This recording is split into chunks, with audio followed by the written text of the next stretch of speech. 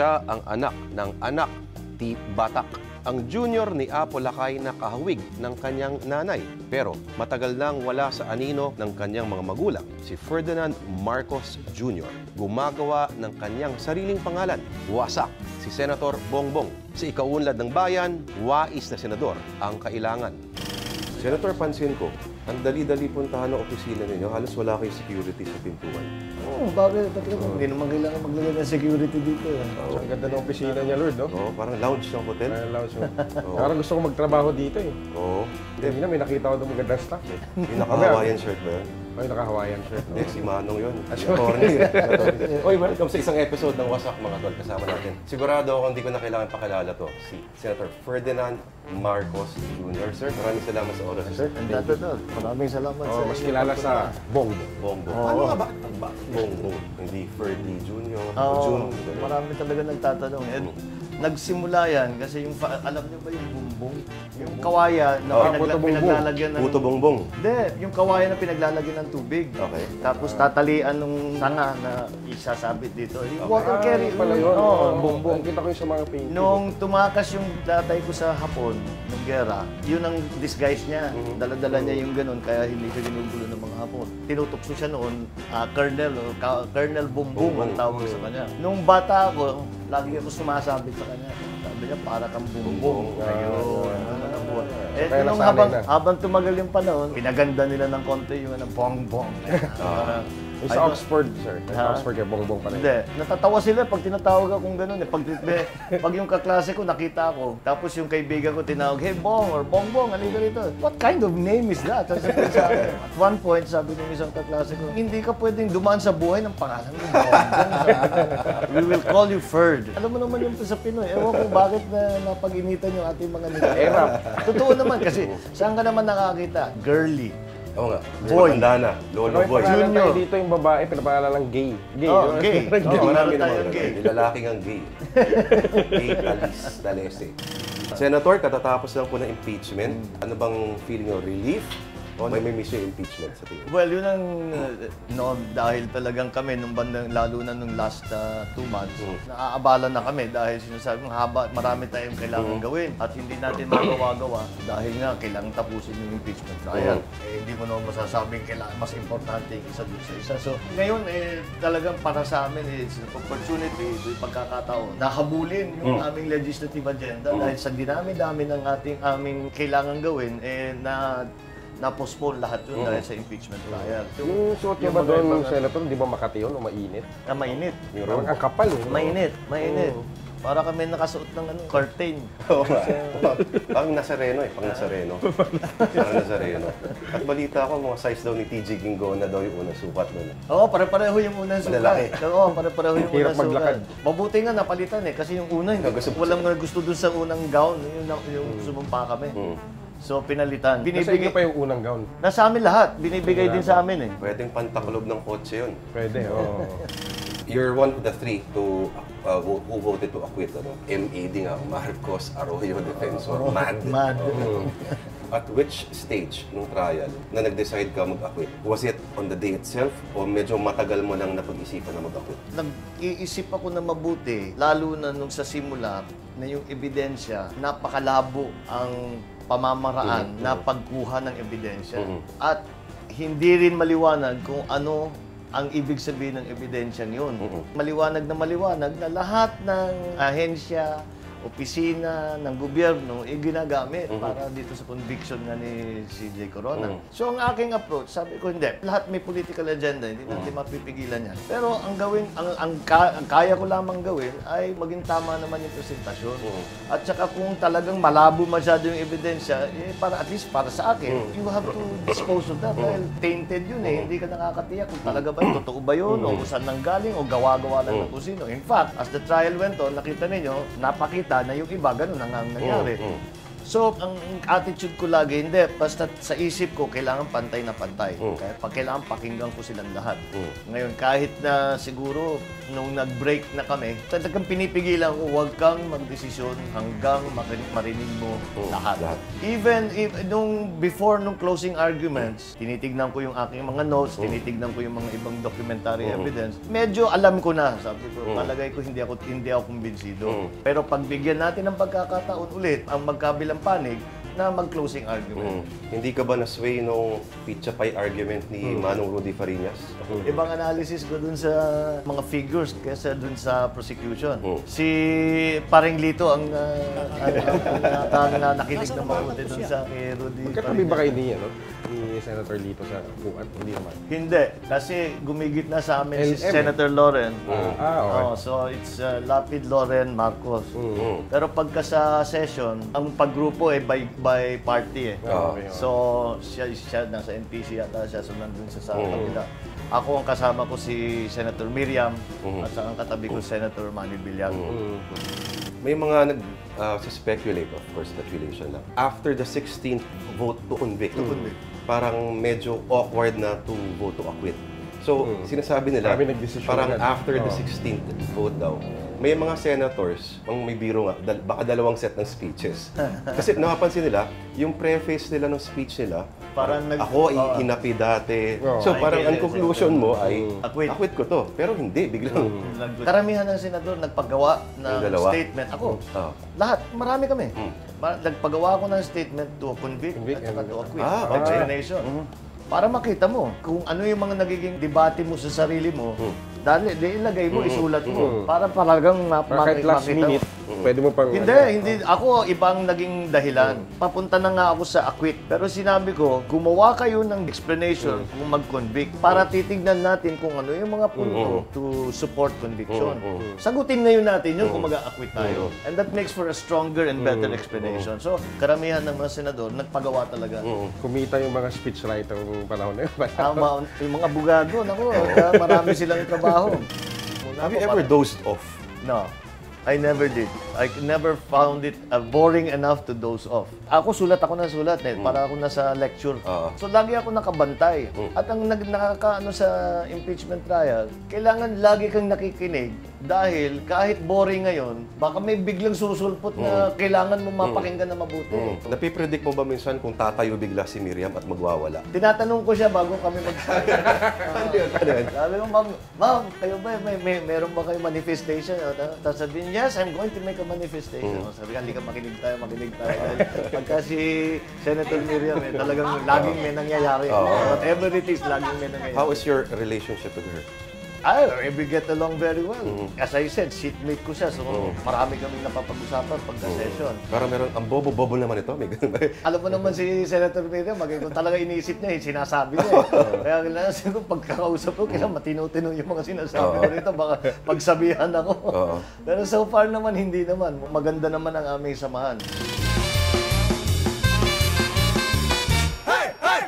Ay, mukhang nag-iisa ka yata.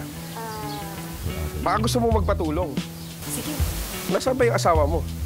busy. Busy? Buti pa ako, nandito lang ako, hindi nawawala. Ako sa'yo, asawa-asawa ka ng maaga eh.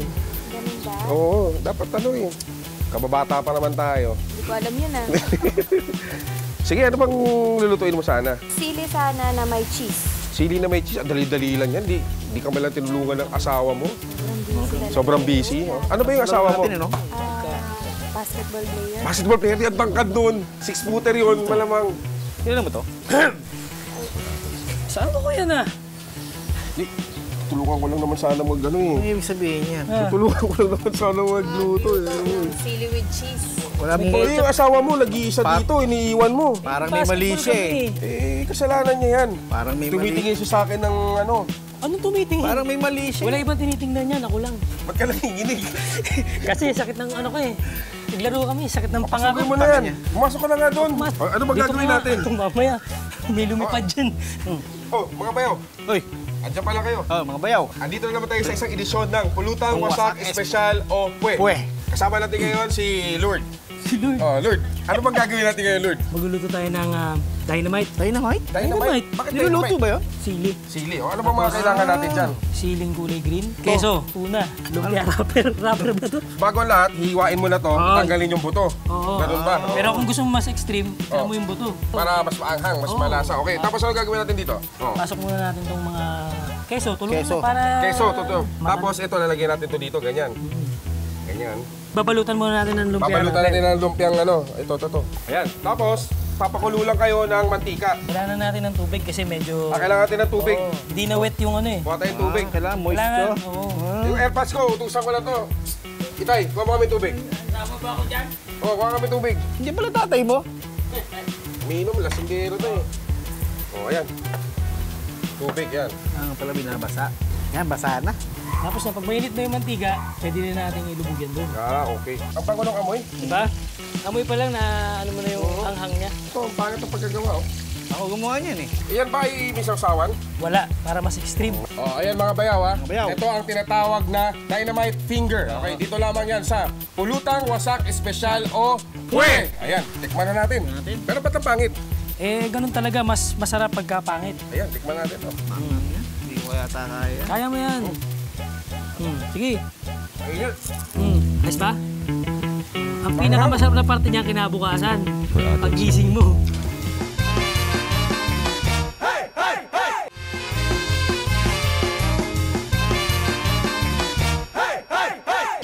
Kasi nasa M ka, Senator, no? Pero sabihin natin ang apelido mo ay Zarcos. Oo. Di ba? So, sige. after the 16th vote, Oo. mag-acquit ka pa rin ba? Oo.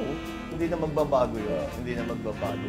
Yung tanong mo kanina kung may nagpalit, I don't think so. Kasi Ang chismis nila si Magic, baka raw si Villar. Hindi. Si Senator Villar, ang talagang nag-iisip siya ng malalim kung ano ang gagawin niya. Kasi sinasabi niya, hindi lang para sa kanya, dahil siya ay pangulo ng partido namin, ng nasyonalista, hindi lamang yung merits dun sa kaso, kung anong magiging lagay ng partido. Iba yung magiging consideration niya. Kaya matagal niyang inisip yung kanyang boto.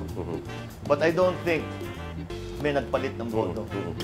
Sa course ng trial, Senator, hindi mo ba naisip na parang, I should have been a lawyer. Bakit nga hindi ka nag-abogado? Bakit economics pinili mong pag-aralan? Kasi hindi ako papasok sa politika. In fact, talagang ayaw kong pumasok sa politika. So, sabi ko, pag nag-law ako, dahan-dahan ng papunta yan doon sa politika. Sabi ko, ayoko. Nung naging governor ka nung early 1980s, wala yun. Hindi, kasi sinasabi na talagang nagpipigil ako habang...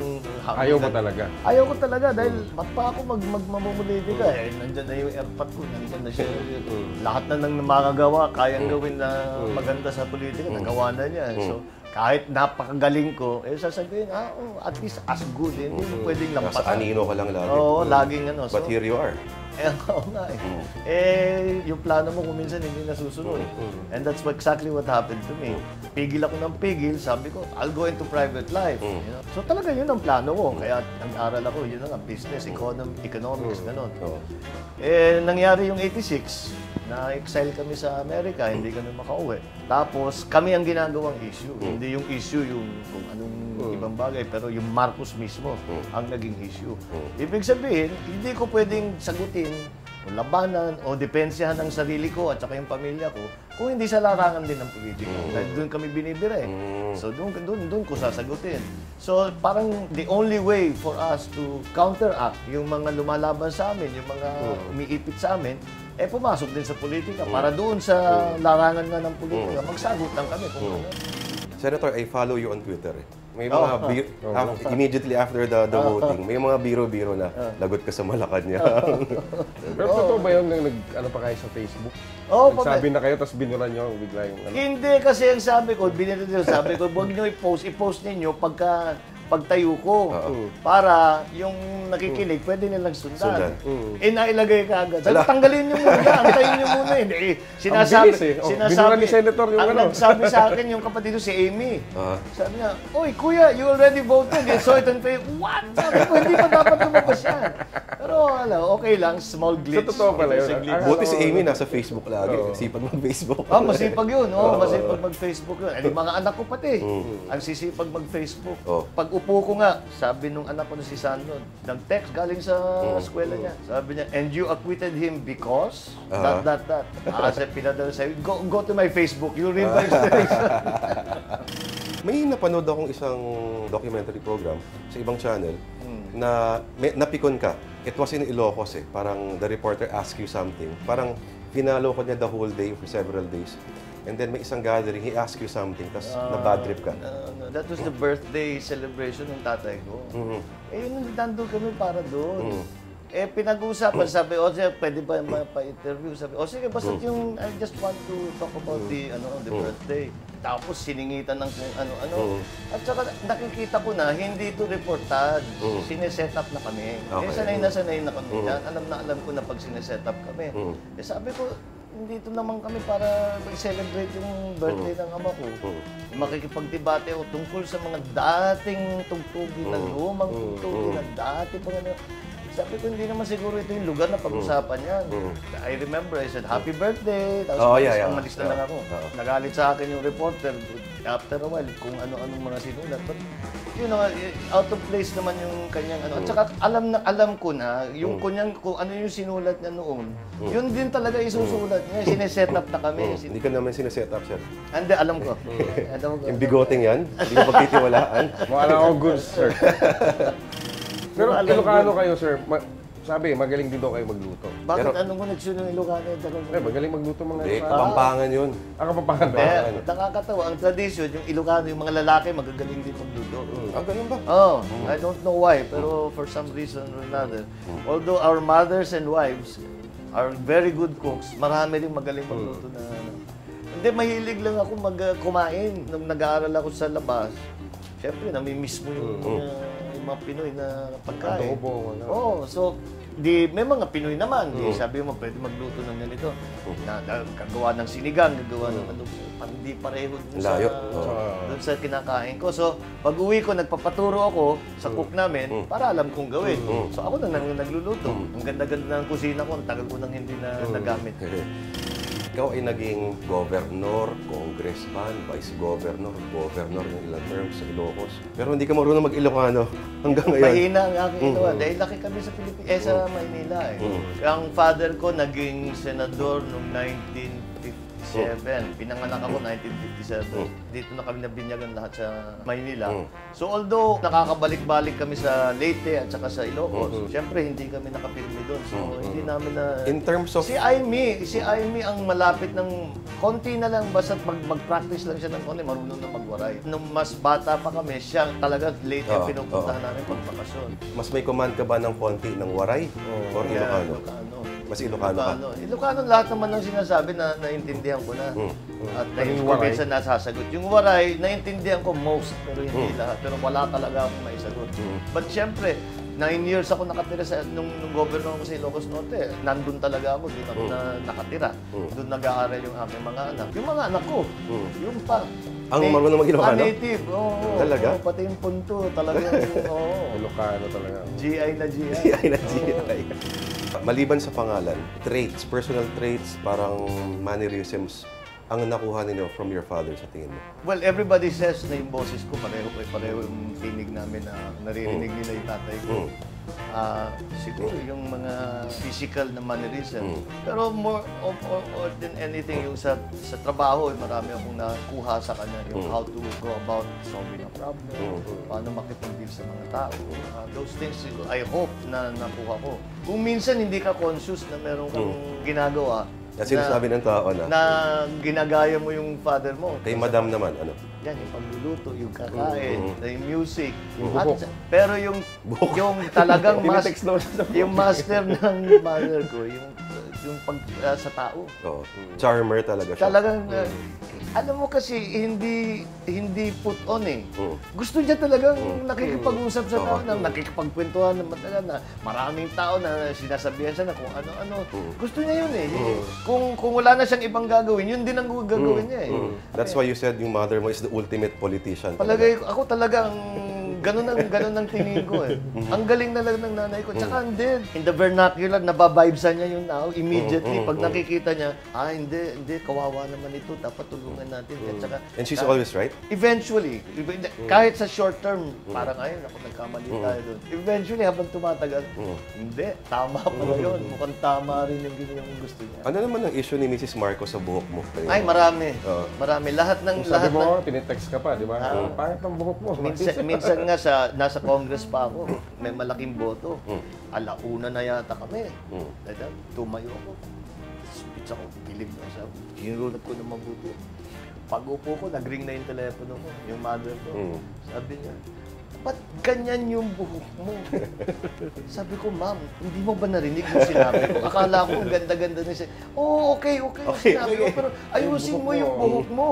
The next day, yung kapatid ko naman, alam mo, dadalhin kita sa hairdresser ko dahil, bakit ba obsessed kayo sa buhok mo? Sabi ko, kasi maliit ka pa, hopeless na yung buhok mo. Bakit hindi mo na lang sila pagbigyan at pumunta na lang sa isang hairstylist? Ginawa ko na lang. Pero, ewan ko talagang Nanay talaga, nagiging issue.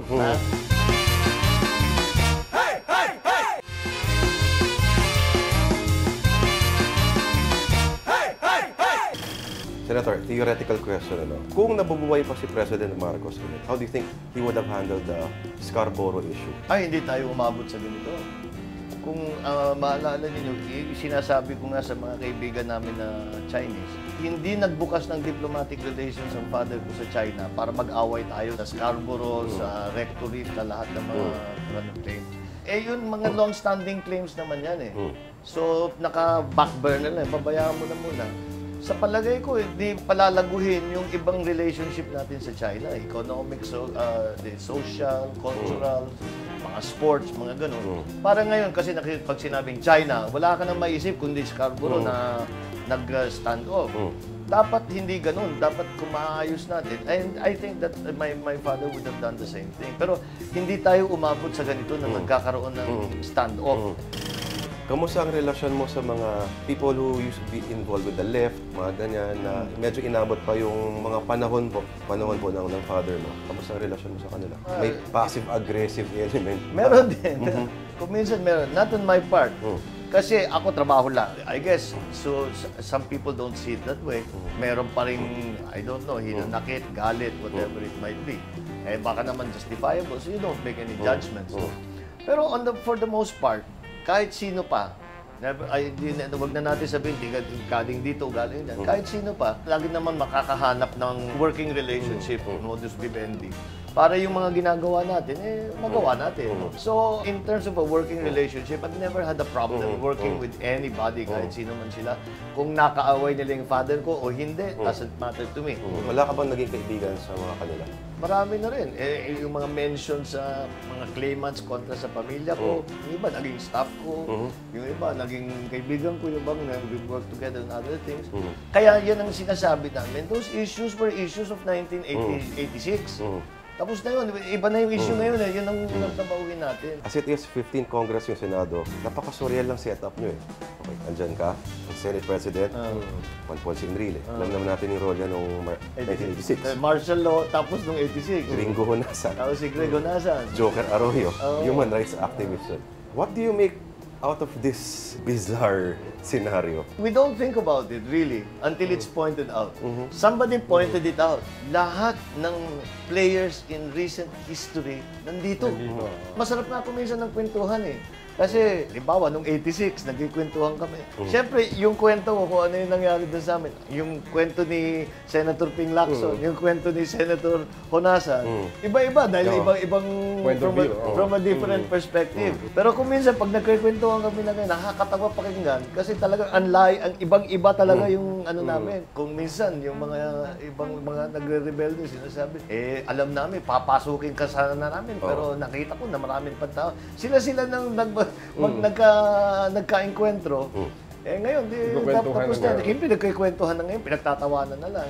Pero hindi ba yun? Kunyari, ang mga RAM nun, balak tirahin ng racket ng Malacanang. Parang, walang iya ka, pinagbantaan mo buhay ko. Di ba gano'n yun? Weird dun. Kung ang usapan na may gera na, kung mamamaril sila, hindi siyempre, magtatanggol din kami. So, ganun ang panahon eh. That was the time. It was a time for confrontation. It was a time for all of those things. Eh ngayon, hindi na. So, because iba na ang setting, marami, napapalapit ka naman sa mga iba. At magkikwentuhan nga ako, hindi, nung kami, ganun ang tingin namin. Sabi ko, kami, ganyan Ang masaya doon, pinagtatawanan niya. Oo, kasi marami sila. Kunyari, si Senator Honasan, ano yung mga kwento niya tungkol nung 86? Wala, we're talking about details about yung 86, na may tropa dito, na mayroon pa man. Tapos sabihin, hindi kami yun, ibang ano yun. Ay, naku, pinagsususpetsa. Wala na kami doon. Oo, wala na kami doon. Hindi ka ba niya pinagtitripan na naka-fatigue ka nung ano? Nung 86, yung nasa balkonahe ka. Eh, pare-pareho naman na kami nakapatid. Kaya Oo nga, no? Pero ano nasa isip mo no, nung nasa balkonahe? Lalaban kami. Papasukin kami. Hindi lalaban kami. May hawak ka na rin nun. Oo. Kasi ang depensa ng palasyo, iniwan sa akin nung matanda. Kasi sabi na, hindi tayo nakakatiyak kung sino pagkatiwalaan dito. Sabi niya, ikaw na. At least mabuti, nakadaan ka ng konti sa militar. Kunin mo yung mga opisyal natin, ikaw mag-organize ng depensa ng palasyo. Talagang inikot namin. Ilan taon ka lang Pa nun? nun, no? Ilan taon lang kayo nun? In 1986, I was 29. Totoo ba na yung first kidney transplant po ni President Marcos ay galing sa kidney niyo? Oo. Okay. So, parang rumor lang yun eh. Parang Hindi. May hanggang ngayon ba may nagtatanong pa rin sa'yo ng kwento na may kakambal ka raw, kamukha ka raw, at hindi raw ikaw yung tunay ng Bongbong Marcos? Hindi Nauso na gano'n. yun, no? Pero nung umpisa, talagang nung una akong bumalik, yan yung bandang 91, hindi nagsisimpolyo, pupunta ako sa mga eskwelahan, nasalita ako. Yung tanong, pagka open for Q&A, Kayo po ba siguro? siguradong ikaw ba ang tunay ng Bongbong? Nung una sabi ko, bakit saan nanggagaling ito? Nung presidente pa, father ko, lumalabas na yung kwentong yan, hindi na yan yung tunay. Kasi yung mga kaibigan ko sinasabi, sabi ni ganito, hindi ka na yun. Sabi ko, matagal na tayo magkasama, pinagtanggol mo naman yung aking pagkabongbong. But I don't know kung saan nanggaling yung kwento yun. Pero ang ganda, di ba? Gandang organize Oo, yan eh. kasi nga magandang kwento eh. Kaya hindi na matapos. Parang mga tabloid na. Pero meron nagsabi, may DNA na ngayon. Pwede mong mag-test na Pwede. pakita mo na ano. Sabi ko, hindi, pabayaan mo. Maganda rin yung may kwentong urban legend, di ba? Okay, Senator, ito naman isa, si Robot Boy. Robot Boy ba yun? Yung psychic na bata, ano pangalan niya? Hindi ko alam. Sinasabi nila na ganito, ganyan-ganyan. Laging nasa palasyo. Sabi ko, hindi ko siya nakilala. Talaga? Hindi ko alam Apparently, may pangalan pa siya, si Hindi ko Ronald alam Marcos. Hindi ko alam kung sino yung tinutukoy nila. Dahil hindi ko nakita Hindi mo yung nakita? tao yun. Hindi. Sci-fi pala yung ano, no? ang- Sci-fi. Ang pagkasabi pa sa akin, laging nandun, laging nandun. Sabi But ko, apparently, niligtas niya buhay mo. Kasi siya yung nagsabi na huwag ka sumakay sa flight na yan. Hindi. Kasi magka-crash. Hindi, father ko yun. Walang ibang gumawa kundi yung father ko. Well, yun ang kwento. It's one of those stories again. A trusted Kwento pang psychic bata daw. yan, eh, no? Ang father ko hindi ko naasa sa mga ganyan mga psychic. Hindi ganun mag-isip yun. Pero di ba may sabi-sabi na very superstitious daw si President Marcos?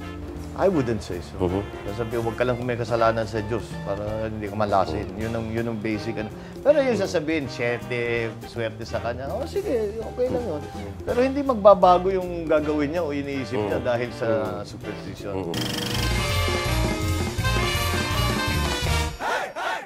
Kamakailan sinabi ni Bishop Teodoro Bacani na parami raw ng parami ang mga Katoliko na inaantok sa misa, lalong-lalo na sa sermon o yung homily. Kaya nga raw, dumadami rin ang mga nag-over the bakod o yung mga umattend ng mga charismatic church gatherings.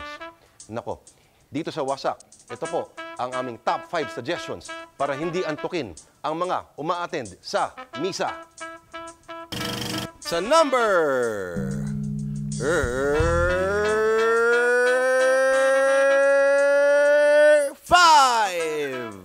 Kung hirap mag-explika, lalong-lalo na ang mga matatandang mga pare, nako, edi gumamit na lang ng pizza pie, PowerPoint presentation. So number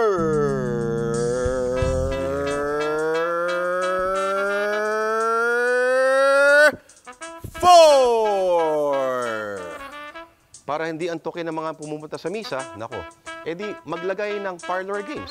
Ala, wheel time, big time. Samahan na rin ng mga premyo na gaya ng kotse at bahay at lupa. At higit sa lahat, samahan ng mga sumasayaw na mga babae.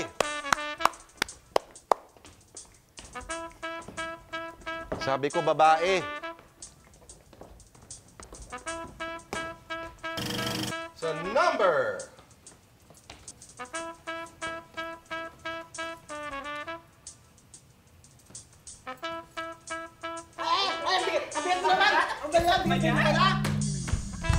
Three! Boring na ba, Day? Walang problema. Gayahin ang El Shaddai, ang pare, pagsuotin ng mga damit na makukulay para si Brother Mike. At sa number...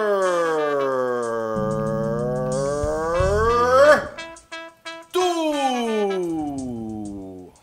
Ano ko, Tay? Ang hirap pala. Naku, sumayon na lang tayo, no? One, two, three. Nobody but you. Inaantok ba sila? Tanggalin kaya natin ang lahat ng upuan sa loob ng simbahan. Kung makatulog pa sila dyan, ewan ko na lang. Hirap yata matulog na katayo, ah. Sabagay, sakripisyo. At ang number 1 suggestion para hindi antukin ang mga umaattend ng misa, nako, edi kuning special guest preacher, si Manny Pacquiao. Amen? Amen!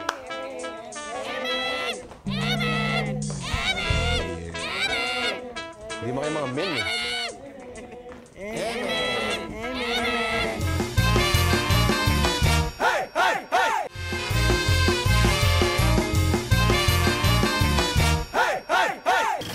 Kailan ka, Senator, huling nakatungtong ng Malacanang? Since 86. May awarding ang UN sa local leaders. Binigay yung award sa palasyo. Si GMA pa presidente nun. So that was in 2005 na yata. Matagal na. Kamusta? Kamusta yung pakiramdam? Wala, parang ako bumalik Ang sa... baho pa rin dito. Parang bumalik ako nun sa dati. Dami na nabago eh, di ba? Hindi rin. Ganun pa rin. Ganun pa rin yung itsura ng palasyo. Are you sentimental about it? I'm sentimental about the times that we had there. Marami din naman talagang kaming masasayang naranasan nasa palasyo kami. But then, it's not a home, eh. Para ka nakatira nga sa opisina. It's not the sort of place you get sentimental about. Hindi pa mabaho yung Pasig River. Mabaho na nung time nyo. Oo, tsaka gigising ka, may mga, yung patay na baboy na nasabit doon sa baw-baw. Minsan, may patay pa yung tao na... Lumuluto doon sa Oo, harapan. nahahanap nila doon. Ang dumi-dumi talaga ng Tapos, ang maganda pa nito, pag bumaha, isipin mo, lahat ng dumi na yun, papasok doon sa, yung aerosol, yung sa baba. Nagkabahan nung 73? Tama Ilang ba? beses, several times, hindi lang minsan. Pinapasok talaga yung grounds. Kung nakita mo yung Pasig, nandyan lang eh. Okay. Konti lang ang pag high tide, siguro wala pang 1 meter bago aakyat sa taas. Alam mo, you have to remember, the palace is a very old building. So yung mga plumbing yan, hindi perfect. Yung mga electrical yan, hindi perfect. Hindi ko alam kung paano nila ginagawa na ngayon yung internet connection, kung paano, how good it is. I don't know how many years na nasa palasyo kami, walang mainit na tubig. Yung shower namin malamig. Walang mainit na tubig dahil walang paglagyan ng heater. Basta yung luma eh. Luma. So magpapakulo pa? Ha? Magpapakulo pa? Tatabo, magtatabo kami. Parang hindi ko ma-imagine magtatabo sa Malacanang. Kami na lang siguro. Yung father ko, father ko siyempre. Pero dun sa amin, lalo na nung umpisa, nung bago na remodel, wala talaga. Yung mga ilaw, hihina. Hindi ka takot doon? Baka may multo, gano'n. May multo. Meron? May multo. Oo, guaranteed yan. Ako, alam ko yun. Nakakita kayo doon? Nakaramdam kami lahat. Tsaka hindi lang minsan o 2 beses, madalas talagang ang daming nangyari dyan sa palasyo yan. Galakad na may kadena. Naalala mo ba, Senator, yung huling meal mo sa Malacanang? At kung ano yon? Dinuguan. Nanonood kami nung 86. Nanonood kami nung nangyayari sa EDSA noon. I remember. In fact, after 86, nung umalis na kami, pinicturan yung may nakapasok, pinicturan yung kung saan kami nakaupo. Yung huling pagkain nyo? Oo, sabi ni Irene, yan yung kain ko, yan yung plato ko. Talaga? Pati ba naman yung pinicturan? Kasi that was the last time we ate. That was the last time I remember eating in the palace. May naiwan ba kayong gamit doon, Senator? Paborito nyo? Lahat.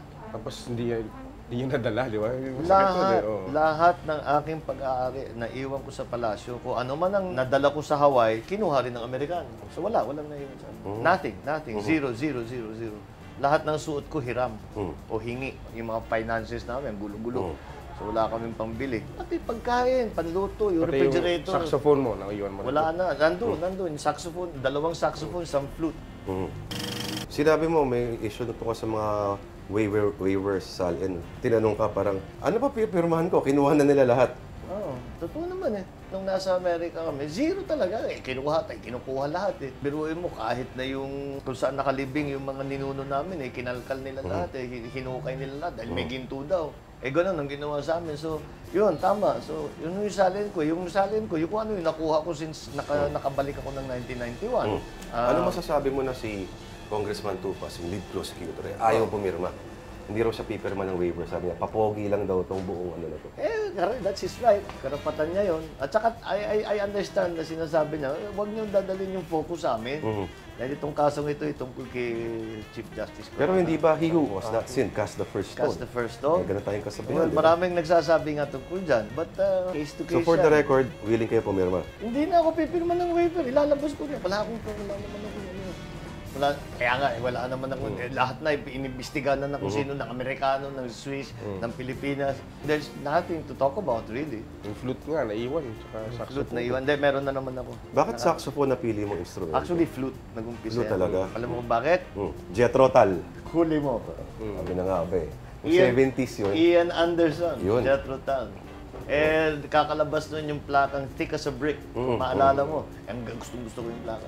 Natotrouble na ako nun eh. Sinabihan ako nung pare, find a hobby. Para meron kong ginagawa, hindi ka nang gugulo. Sabi ko, gustong-gusto ko magtumugtog. Ian Anderson, Jethro Tull, yun. Kasi mag-flute ako. Ang flute, parehong fingering ng saxophone. So madaling ba karamihan na nag-flute Yes, nagsa-saxophone? yes. Kagaya ba ni Ian Anderson, Senator, nakakatugtog ka ba na sa isang paa lang? Oo. Siyempre, idol mo eh. So nag-iisa ako doon sa kwarto, nakaganyan. Alam mo, ikaw lang yata kilala ko. Talaga. Yung naka-boots na mataas, tapos nakaganon na isang pa. Kaya ko yun. May picture ka ba? Meron. Ganda sa Meron. Hindi ka nahilig sa jazz kasi yung saxophone, ang natural inclination ng jazz. That's what, yun ang pinaka-ano ko, jazz. Pero anong klaseng jazz? You name it. Mainstream. Mga medyo hard bop, mga ganyan. Trip mo rin yung mga ganyan. Mga bebop na malalalim. Oo. Yung mga bebop, di ba, matagal na nasa jazz yan. Sa blues and jazz. Pero, siyempre, yung mga classics pa rin. Si Miles. Coltrane. Si Coltrane. Alam ko lang, Kenny G lang alam ko. So, kung mahilig ka sa Coltrane, jazz at Jethro Tull, ang tanong ngayon, bakit ka nanood ng Lady Gaga, Senator? Galing ni Lady Gaga. Hindi, ako gustong-gusto ko siya eh. Gustong-gusto ko siya. Dahil sira ulo eh. Dahil ano ginagawa. Ang ganda pala pagsabi yung galing ni Lady Galing ni Lady Gaga. Ako tuntua ako. At tawan-tawa ako sa kanya kung ano-ano ginagawa. Tapos nagkaroon pa ng protesta. Sabi nung isang kaibigan, meron akong ticket. Gusto mo? O sige, punta tayo. Kasi naririnig ko na si Lady Gaga. Tapos nakikita ko yun sa MTV. Tapos, naririnig ko, meron akong nakikita sa YouTube na kumakanta siya. Ang ganda-ganda pala ng boses, no? Oo. Saka maganda rin siya, no? Oo. I don't know about that, pero ang ganda ng boses. So, talagang after a while, sabi ko, magaling itong babaeng ito. Tapos, nung napapanood ko ngayong mga video, sabi ko, masaya siguro ang concert nito. Dahil kung ano-ano ginagawa. Yun, so nanood. Masaya nga. Masayang maganda yung concert niya. Buti hindi ka nakita ng mga fundamentalist pag nakita. Satanista! Sasabihin ko sa kanila, pumasok kayo, manood kayo, bibili ko kayo ng ticket, mag-i-enjoy kayo.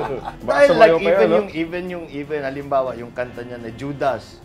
Sinasabi niya, Judas ka, tinaksil mo ako. Wala siyang sinasabi tungkol na this is good or bad or anything. Siyempre, very revealing yung mga kanyang mga costume. Pero pag napanood mo, hindi naman malaswa eh. Nakakatawa lang eh. Nakakatawa lang eh. Parang joke, lahat ginagawang joke. Camp. Camp, exactly. Mahilig din kayo sa Beatles, ano to? Naku, walang katapusan yung usapan na yan pag anong Tatlong bote pa? Oo, ganun na nga. Tipong ganun na nga. Okay, Senator, Bongbong Marcos, maraming salamat. Ayan, mga bayaw, ha? Maraming salamat sa inyo. Salamat, Thank you Salamat, very salamat. much. Thank you. Sarap lang makinig, eh.